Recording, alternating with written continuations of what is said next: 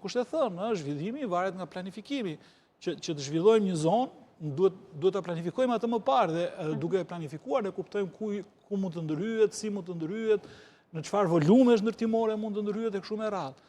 Pra, kryeministri është prej vitesh në një pozicion shumë të gabuar, që po e dëmton shumë Shqipërinë në të ardhmen, se ne flasim pafundësisht për zhvillimin e qëndrueshëm, po çfarë do të thotë në thelb, me terma, me fjalë të bukura flasin të gjithë. Problemi është çfarë konkretisht, a është ky rasti, pikërisht ky është rasti.